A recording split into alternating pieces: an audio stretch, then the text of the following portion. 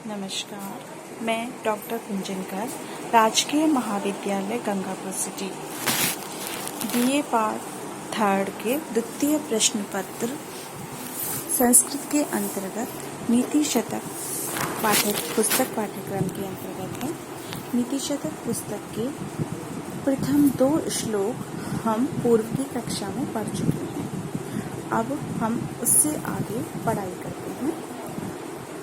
अज्ञः सुखम आराध्यः सुखतरम आराध्यते विशेषज्ञः ज्ञान लव दुर्विदग्धम ब्रह्मा अपि नरम न रंजयति। अज्ञः अज्ञानी को सुखम सुखपूर्वक आराध्य समझाया जा सकता है। यहाँ अज्ञः से तात्पर्य है जो ज्ञान रहित है, जिसे ज्ञान नहीं है, जो अज्ञानी है, उसको सरलता से समझाया जा सकता है। सुखतरम और अधिक आसानी से आराध्यते समझाया जा सकता है। विशेषज्ञ विशेष रूप से ज्ञान रखने वाले को। ज्ञान लव दुर्विदग्धम थोड़े से ज्ञान के कारण जो दुराग्रही है, ऐसे पुरुष को ब्रह्मा भी नरम ऐसे व्यक्ति को ना नहीं रंजयति आनंदित कर सकता है, मना सकता है, समझा सकता है। पुनः हम इसको देखते हैं। अज्ञः सुखम आराध्यः अज्ञानी को सुखपूर्वक समझाया जा सकता है। विशेष रूप से ज्ञान रखने वाले को अधिक आसानी से समझाया जा सकता है, लेकिन थोड़े से ज्ञान से दुराग्रही पुरुष को ब्रह्मा भी आनंदित नहीं कर सकता, उसको समझा नहीं सकता। तो प्रस्तुत श्लोक में कवि दुराग्रही पुरुष के बारे में बता रहा है। जैसे हिंदी में भी कहावत है, अधजल गगरी छिलकत जाए। तो जो थोड़ा सा ज्ञान रखता है और अपने आप को अधिक बुद्धिमान समझता है, ऐसे पुरुष को ब्रह्मा भी प्रसन्न नहीं कर सकता, उसको समझा नहीं सकता। प्रस्तुत श्लोक में आर्या छंद है। यहाँ ब्रह्मा प्लस अपि दीर्घ संधि का प्रयोग किया गया है। आगे बढ़ते हुए अगला श्लोक है। प्रसह्य मणिम उद्धरीम मकर वक्र दष्ट्रांतरात् समुद्रम अपि संतरेत प्रचलत ऊर्मिमालाकुलम भुजंगम अपि कोपितम शिरसि पुष्पधारयेत न तु प्रतिनिविष्ट मूर्खजन चित्तम आराधयेत। प्रसह्य हठात जबरदस्ती, मणि को उद्धरे निकाला जा सकता है। मकर वक्र मकर मगरमच्छ के, वक्त्र मुख के दष्ट दाणों के अंतर से, मगरमच्छ के मुख की दाणों के अंतर से मणि को बलात् जबरदस्ती निकाला जा सकता है। समुद्रमपि समुद्र को भी संतरेत पार किया जा सकता है। प्रचलत चलायमान ऊर्मिमाला लहरों के समूह से व्याकुल, चंचल लहरों के समूह से व्याकुल समुद्र को भी पार किया जा सकता है। भुजंगम अपि कोपितम क्रुद्ध सर्प को भी शिरसी सिर पर पुष्पवत पुष्प के समान धारण किया जा सकता है। कि क्रुद्ध सर्प के समान, कि जैसे क्रुद्ध जो सर्प होता है उसको भी सिर पर पुष्प के समान धारण किया जा सकता है। ना नहीं तो लेकिन प्रतिनिविष्ट मूर्खजन चित्तम दुराग्रही मूर्ख व्यक्ति के चित्त को आराधित प्रसन्न किया जा सकता है। प्रस्तुत श्लोक में भी दुराग्रही मूर्ख व्यक्ति के बारे में, उसकी विशेषता के बारे में बताया गया है कि मगरमच्छ के मुख के दाढ़ के अंदर से भी बलात् मणि को निकाला जा सकता है। लहरों से, चंचल चलती हुई लहरों के समूह से व्याकुल समुद्र को भी पार किया जा सकता है। क्रुद्ध सर्प को भी सिर पर पुष्प के समान धारण किया जा सकता है, लेकिन जो दुराग्रही मूर्ख व्यक्ति है उसके चित्त को प्रसन्न नहीं किया जा सकता।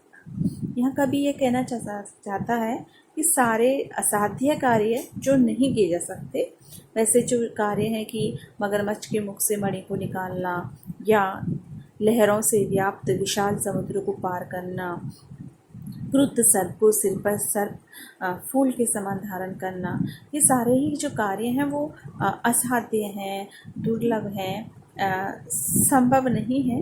लेकिन फिर भी ऐसे कार्य किए जा सकते हैं, लेकिन दुराग्रही व्यक्ति को प्रसन्न नहीं किया सकता। तो इस प्रकार कवि यहाँ कहना चाहता है। प्रस्तुत श्लोक में पृथ्वी छंद है। अनुप्रास की छटा को हम महसूस कर सकते हैं। माला आकुलम, माला प्लस आकुल दीर्घ संधि है। दष्ट्रांतरात में भी दष्ट्रा प्लस अंतरात दीर्घ संधि है। यहाँ पे भी कोपितम में कुप धातु है, कत प्रत्यय है। यहाँ पे प्रतिनिविष्ट में भी प्रति नी उपसर्ग है, विष धातु से ता प्रत्यय है। कत आधा क और ता होता है, लेकिन इसमें का साइलेंट होता है, ता ही इसका उच्चारण किया जाता है, ता प्रत्यय है। अगला श्लोक हम पढ़ते हैं। लभेत सिक्तासु तैलम अपि यत्नतः पीडयन् पिबेच मृगतृष्णिकासु सलिलं पिपासार्दितः कदाचिद अपि पर्यटन शश विषाणम आसादेत नातु प्रतिनिविष्ट मूर्खजन चित्तम आराधेत। लभेत प्राप्त किया जा सकता है, सिक्तासु धूलि में से भी, तेलम अपि तेल को भी, यत्नतः प्रयास पूर्वक, पीडयन् पीड़ित करते हुए, उस धूल को पीसते हुए, पिबेच पिया जा सकता है, मृग तृष्णिकासु मृग तृष्णिकाओं में, सलिलम जल को, पिपासार्दितः प्यास से व्याकुल व्यक्ति, कदाचित अपि कभी भी, पर्यटन घूमते हुए, शश विषाणम शश खरगोश के, विषाणम सींग को, आसादियत प्राप्त कर सकते हैं, ना नहीं तो प्रतिनिविष्ट मूर्खजन चित्तम दुराग्रही मूर्ख व्यक्ति के हृदय को आराधित प्रसन्न किया सकता है, समझाया जा सकता है। यहाँ भी कवि ये कहना चाह रहा है कि धूल में से उसको पीस करके तेल निकाला जा सकता है। वैसे ये असंभव है, क्योंकि धूल में कोई तेल नहीं होता। मृग तृष्णिकाओं में जल पिया जा सकता है, मृग तृष्णिकाओं में कोई जल नहीं होता। रेगिस्तान में चमकती हुई धूली पर सूरज की किरणों से जब धूली पर, मिट्टी पर जो रेत होती है, उस पर जब सूरज की किरणें पड़ती हैं तो ऐसा लगता है, दूर से प्यासे व्यक्ति को ऐसा लगता है कि वहाँ पे जल है, लेकिन वहाँ पर कोई जल नहीं होता, ये उसका एक भ्रम होता है। लेकिन कवि कह रहा है कि प्यास से पीड़ित व्यक्ति मृग तृष्णिकाओं में भी जल को पी सकता है। ऐसे ही घूमते हुए कभी खरगोश के सींग को प्राप्त किया सकता है। खरगोश के कोई सींग नहीं होते, कान होते हैं, लेकिन वह कार्य भी किया सकता है, लेकिन दुराग्रही व्यक्ति के हृदय को प्रसन्न नहीं किया जा सकता। यहाँ पर भी पृथ्वी छंद का प्रयोग किया गया है। पीड़यन में पीड़ धातु से क्षत्रिय प्रत्यय का प्रयोग किया गया है। पिपासा प्लस अर्धितः दीर्घ संधि है। अर्धितः में अर्ध धातु से ता प्रत्यय हुआ है। पर्यटन परि उपसर्ग अट धातु क्षत्रिय प्रत्यय का प्रयोग किया गया है। अगला श्लोक हम देखते हैं। व्यालम बाल मृणाल तंतुभि रसौ रोद्धुम समुज्जृम्भते छेत्तुम वज्रमीणीं मणिं शिरीष कुसुम प्रान्तेन सन्नह्यते माधुर्येण मधुबिन्दुना रचयितुं क्षार अम्बुदैरीहते नेतुं वाञ्छति यः खलान् पति सताम सूक्तैः सुदास्यन्दिभिः। व्यालम दुष्ट हाथी को, बाल मृणाल तंतु भी कोमल कमल नाल के तंतु के द्वारा, धागे के द्वारा, असौ वह रोद्धुम रोकने के लिए, समुज्जृम्भते प्रयास करता है, छेत्तुम छेद करने के लिए, वज्रमणि वज्र के समान कठोर मणि में, शिरीष कुसुम प्रांते शिरीष फूल के कोने के द्वारा, सन्नयते प्रयास किया जाता है, माधुर्य मधुरता के लिए, मधुबिंदुना शहद की बूंद के द्वारा, रचयितुम बनाने के लिए, क्षार अम्बुदे खारे समुद्र को, इहते चेष्टा करता है, नेतुम लाने के लिए, वांछति चाहता है, यहाँ जो खलान दुष्टों को, पथि मार्ग पर, सताम सूक्त ही सज्जनों के, सूक्त ही सूक्तियों के द्वारा, सुधा संधि भी अमृत बरसाने वाली, अमृत के समान मीठी सूक्तियों के द्वारा। प्रस्तुत श्लोक में यह कहा जा रहा है कि जो व्यक्ति सज्जनों की सूक्ति के द्वारा दुष्ट व्यक्तियों को सन्मार्ग पर लाना चाहता है, भाव यह है कि जो दुष्ट व्यक्ति है वो दुष्टता का स्वभाव नहीं छोड़ता, उसको हम चाहे कितनी भी अच्छे प्रयासों के द्वारा सन्मार्ग पर लाना चाहें तो वह उसी प्रकार असंभव है जैसे यह असंभव कार्य नहीं किया सकते। एक बार इसको फिर देखते हैं। सुधा संधि भी सूक्त ही सताम, सताम सज्जनों की अमृत के समान मीठी सूक्तियों के द्वारा। यहाँ जो पुरुष खलान सतामपथि नेतुम वांछति, सज्जनों के मार्ग पर लाना चाहता है, कि जो पुरुष दुष्ट व्यक्तियों को अमृत के समान मीठी सूक्तियों के द्वारा सज्जनों के मार्ग पर लाना चाहता है,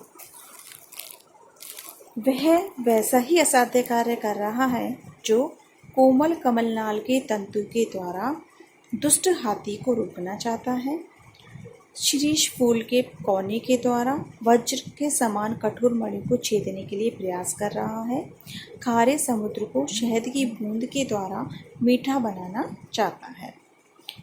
और एक दुष्ट हाथी को हम कमलनाल के तंतु से नहीं रोक सकते, उसको रोकने के लिए हमें जंजीरों की आवश्यकता पड़ती है। उसी प्रकार वज्र के समान कठोर मणि को हम कोमल शीरीष के फूल के कोने से नहीं उसमें छेद कर सकते, उसके लिए हमें औजारों की आवश्यकता पड़ेगी। खारे समुद्र को शहद की बूंद से हम मीठा नहीं कर सकते। तो कवि यह कहना चाहता है कि जो व्यक्ति दुष्ट व्यक्तियों को सन्मार्ग पर लाना चाहता है वह यह तीनों असाध्य कार्य कर रहा है। भाव यही है कि दुष्ट व्यक्ति अपनी दुष्टता का कार्य नहीं छोड़ सकते, जो उनका स्वभाव है, इसलिए ऐसा कार्य नहीं करना चाहिए। यहाँ शार्दुल विक्रीडितम छंद है। छेदुम छिद धातु से तुमुन प्रत्यय हुआ है, रचयितुम रच धातु से तुमुन प्रत्यय है, नेतुम नी धातु से भी तुमुन प्रत्यय का प्रयोग किया गया है। आज की कक्षा में बस इतना ही हम करें।